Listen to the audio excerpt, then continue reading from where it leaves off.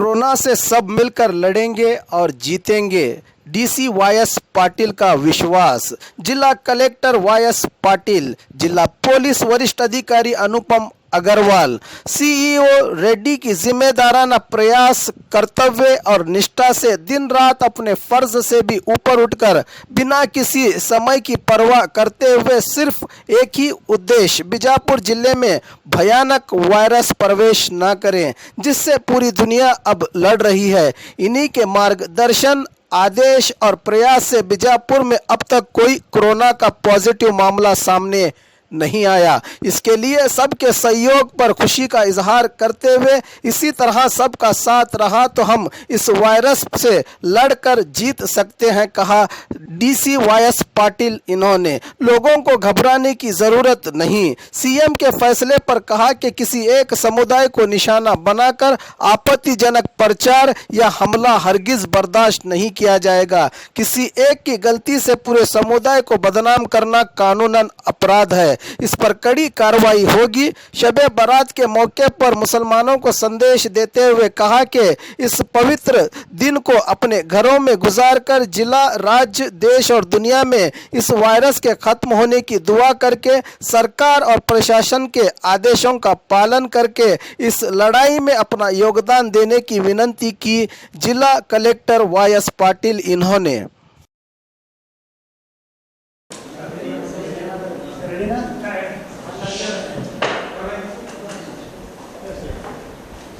ಜಿಲ್ಲೆಯಲ್ಲಿ ಒಟ್ಟು 420 ಜನರನ್ನು ನಾವು ಅಬ್ಸರ್ವೇಷನಲ್ಲಿ ಇಟ್ಟಿದ್ದೀವಿ. ಅದರಲ್ಲಿ 28 ದಿನಗಳನ್ನು 216 ಜನರು ಮುಗಿಸಿದ್ದಾರೆ. 15ರಿಂದ 28 ದಿನಗಳಲ್ಲಿ 172 ಜನ ಇದ್ದಾರೆ. ಆಮೇಲೆ ಹೋಮ್ ಕ್ವಾರಂಟೈನಲ್ಲಿ ಇವತ್ತು 32 ಜನ ಇದ್ದಾರೆ. ಈಗ ನಾವು ಇದುವರೆಗೆ ಸುಮಾರು 61 ಸ್ಯಾಂಪಲ್ಗಳನ್ನು ನಾವು ಕಲೆಕ್ಟ್ ಮಾಡಿದ್ದೀವಿ. ಅದರಲ್ಲಿ 59ರದ್ದು ರಿಸಲ್ಟ್ ಬಂದಿದೆ, 59ರದ್ದು ನೆಗೆಟಿವ್ ಇದೆ. ಇನ್ನು 2 ಸ್ಯಾಂಪಲ್ಸು ಪೆಂಡಿಂಗ್ ಇದೆ. ಅದು 2 ಸ್ಯಾಂಪಲ್ಸ್ ಅಂದರೆ ಲೋಕಲ್ ಬೇರೆ ಬೇರೆ ಡಾಕ್ಟ್ರುಗಳು ಅಬ್ಸರ್ವೇಷನ್ ಮಾಡಿ ಕಳಿಸಿದ್ದು ಅದಾವೆ. ಅವು 2 ಸ್ಯಾಂಪಲ್ಸ್ ಮಾತ್ರ ಬರಬೇಕು. ಆಮೇಲೆ ಜಿಲ್ಲೆಯಲ್ಲಿ ಈಗಾಗಲೇ ತಮಗೆಲ್ಲ ಗೊತ್ತಿದೆ, PDS ಏನು ಅಕ್ಕಿ ಮತ್ತು ಗೋಧಿ ಹಂಚುವಂಥದ್ದನ್ನು ನಾವು ಪ್ರಾರಂಭ ಮಾಡಿದ್ದೀವಿ. ಅಲ್ಲಲ್ಲಿ ನಾವು ಡಿಸ್ಟೆನ್ಸ್ ಮೇಂಟೈನ್ ಮಾಡೋದಕ್ಕೆ ಎಲ್ಲ ಸಾರ್ವಜನಿಕರಲ್ಲಿ ರಿಕ್ವೆಸ್ಟ್ ಮಾಡಿದ್ದೀವಿ. ಈಗಾಗಲೇ ಮೋಸ್ಟ್ ಆಫ್ ದ ಪ್ಲೇಸ್ಗಳಲ್ಲಿ ಅದನ್ನು ಮಾಡ್ತಾ ಇದ್ದಾರೆ. ಬಟ್ ಕೆಲವು ಅಂಗಡಿಗಳಲ್ಲಿ 1000ಗಿಂತ ಹೆಚ್ಚೆಯಲ್ಲಿದ್ದಾವೆ, ಅಲ್ಲಿ ನಾವು 2 ಕೌಂಟರ್ ಮಾಡಿ ಅವರಿಗೆ ಒಂದು ಸ್ಲಿಪ್ ಕೊಡುವಂಥ ವ್ಯವಸ್ಥೆ ಮಾಡೋಕ್ಕೆ ನಾವು ಸೂಚನೆ ನೀಡಿದ್ದೀವಿ. ಅದರ ಪ್ರಕಾರ ಮಾಡ್ತಾ ಇದ್ದಾರೆ. ಅದೇ ರೀತಿ ಸುಮಾರು ಕಳೆದ 4-5 ದಿನಗಳಿಂದ 25,000 ಫ್ಯಾಮಿಲಿಗಳಿಗೆ ನಾವು ಹಾಲು ಹಂಚೋದನ್ನು SHG ಮತ್ತು ಕಾರ್ಪೊರೇಷನ್, ಮುನ್ಸಿಪಾಲ್ಟಿಗಳನ್ನು ಸಿಬ್ಬಂದಿ ಮತ್ತು ಇವನ್ನು ಯೂಸ್ ಮಾಡಿ ಮಾಡ್ತಾಯಿದ್ದೀವಿ. ಮತ್ತು ಬೇರೆ ನೀವೇ ಕೇಳಬೇಕೀಗ. ಆಮೇಲೆ ತಮಗೆಲ್ಲ ಗೊತ್ತಿದೆ, ನಮ್ಮ ಮುಸ್ಲಿಂ ಬಾಂಧವರದ್ದು ನಾಳೆ ಶಬೆ ಬಾರತ್ ಕಂಪ್ಲೀಟ್ ಅಂದರೆ ರಾತ್ರಿಯಲ್ಲಿ ಮಾಡಬೇಕು. ಅವರು ಪ್ರಾರ್ಥನೆಯನ್ನು ಮನೆಯಲ್ಲೇ ಮಾಡೋಕ್ಕೆ ಈಗಾಗಲೇ ಸರ್ಕಾರದಿಂದನೂ ನಿರ್ದೇಶನ ಇದೆ. ಆಮೇಲೆ ವಕ್ಫ್ ಬೋರ್ಡ್ದಿಂದನೂ ನಿರ್ದೇಶನ ಕೊಟ್ಟಿದ್ದಾರೆ.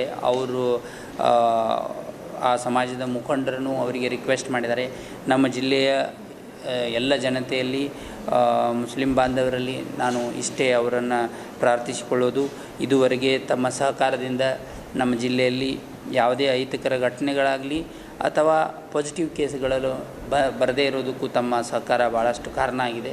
ಅದಕ್ಕಾಗಿ ಈ ಏನು ಒಂದು ಪವಿತ್ರ ಕೆಲಸ ಇದೆ, ಪ್ರಾರ್ಥನೆ ಇದೆ, ಅದನ್ನು ಮನೆಯಲ್ಲಿ ಮಾಡೋಕ್ಕೆ ಎಲ್ಲ ರೀತಿಯಿಂದ ಅವಕಾಶ ಇದೆ. ಅದಕ್ಕಾಗಿ ಅವರು ಮನೆಯಲ್ಲೇ ಮಾಡಬೇಕು. ಈಗಾಗಲೇ ಮಾನ್ಯ ಮುಖ್ಯಮಂತ್ರಿಗಳು ಹೇಳಿದಂಗೆ ಯಾರೂ ಸಹಿತ ಅಲ್ಪಸಂಖ್ಯಾತರ ಬಗ್ಗೆ ಅಥವಾ ಇಂಡಿವಿಜುವಲ್ ಯಾರದೋ ಒಬ್ಬರದ್ದು ಉದ್ದೇಶ ಇಟ್ಟುಕೊಂಡು ಕೆಟ್ಟದಾಗಿ ಮಾತನಾಡೋದಾಗಲಿ ಅಥವಾ ಕೆಟ್ಟದಾಗಿ ಕಮೆಂಟ್ ಮಾಡೋದಾಗಲಿ, ಸೋಷಿಯಲ್ ಮೀಡಿಯಾದಲ್ಲಿ ಏನಾದರೂ ಹಾಕೋದಾಗಲಿ ಬೇರೆ ಜನ ಮಾಡಿದರೆ ಅವರ ಅಗೇನ್ಸ್ಟಾಗಿ ನಾವು ನಿರ್ದಾಕ್ಷಿಣ್ಯವಾಗಿ ಕ್ರಮ ಕೈಗೊಳ್ಳೋದಕ್ಕೆ ಪೊಲೀಸ್ ಇಲಾಖೆಗೆ ನಾವು ಈಗಾಗಲೇ ಹೇಳಿದ್ದೀವಿ. ಅದೇ ರೀತಿಯಲ್ಲಿ ಇಂಥ ಒಬ್ಬರು 4 ಜನ 6 ಜನ ಮಾಡಿದಂಥದ್ದನ್ನು ನಾವು ಅದನ್ನು ಇದನ್ನು ಮಾಡುವಂಥದ್ದಾಗಬಾರ್ದು, ಜನರಲೈಸ್ ಮಾಡುವಂಥದ್ದಾಗಬಾರ್ದು. ನಾವೆಲ್ಲರೂ ಈ ಸಂದರ್ಭದಲ್ಲಿ ಇದು ಎಲ್ಲರೂ ಸೇರಿ ಕೊರೋನಾ ವಿರುದ್ಧ ಹೋರಾಟ ಮಾಡುವಂಥ ಸಮಯ. ಅದಕ್ಕಾಗಿ ನಾವೆಲ್ಲರೂ ಕೈ ಜೋಡಿಸೋಣ. ಈ ಕೊರೋನಾ ಹೋರಾಟವನ್ನು ಗೆಲ್ಲಲೇಬೇಕಾದಂಥ ಸಮಯ ಮತ್ತು ಅದಕ್ಕೆ ಎಲ್ಲರದು ಇದುವರೆಗೆ ಸಹಕಾರ ಇದೆ.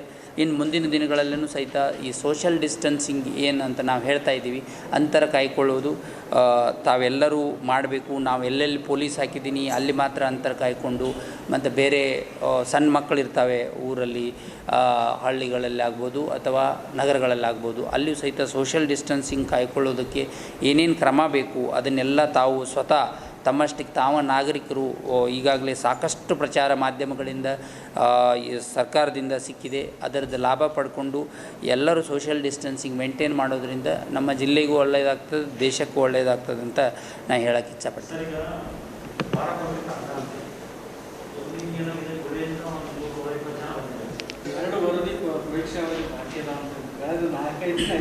ಇಲ್ಲ ಅದು ಈಗ 2 ವರದಿ ಅಂದರೆ ಈಗ ಕಳಿಸಿದ್ದು, ಅಂದರೆ ನಿನ್ನೆ ಸಾಯಂಕಾಲ ಕಳಿಸಿದ್ದು. ಅದು ಹಳೆಯದೆಲ್ಲ ಟಿ ಜೆದ್ದು ಮುಗೀತು, ಅದು ಸೂರತ್ ಟಿ ಜೆದ್ದು ಮುಗೀತು, ಆಮೇಲೆ ಕುಲಕರ್ಣಿ ಮತ್ತು ಇನ್ನೊಂದು 2 ಯಾವ ಬೇರೆ ಬೇರೆ ಪ್ರೈವೇಟ್ ಹಾಸ್ಪಿಟಲ್ ಅದೆಲ್ಲ ಮುಗೀತು.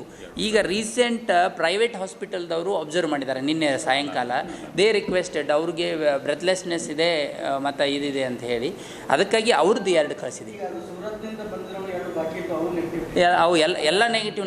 ಏನು ನಿಮಗೆ ಮಾಹಿತಿ ಕೊಟ್ಟಿದ್ದೆ, ಸೂರತ್ ಇರ್ಬೋದು ಅಥವಾ ಈ ಕಾಸರಗೋಡದವ್ರದ್ದು ನಾವು ಕಳಿಸ್ಬೇಕು. ಅವರು ನಾಳೆಗೆ 12 ದಿವಸ ಮುಗಿಸ್ತಾರೆ, ಅವ್ರದ್ದು ನಾಳೆ ಕಳಿಸ್ತೀವಿ. ಈ 2 ಬಾಕಿ ಇರೋದು ನಮಗೆ ಅಟ್ಲೀಸ್ಟ್ 24 hours to 36 ಅಷ್ಟೇ ಬೇಕು. ನಾನು ನಿನ್ನೆ ಹೇಳುವಾಗ ನಿಮಗೆ ಹೇಳಿದ್ದೆ 59ಕ್ಕೆ 57 ಬಂದಾವಂತೇಳಿ. ಇವತ್ತು ಹೇಳ್ತಾ ಇದ್ದೀನಿ 61ಕ್ಕೆ 59 ಬಂದಾವೆ. 60 ಈ ಹೊಸದಾಗಿ ಕಳಿಸಿದ್ದು, ನಿನ್ನೆ ರಾತ್ರಿ ಕಳಿಸಿದ್ದು 2 ಬಾಕಿ ಇದ್ದಾವೆ.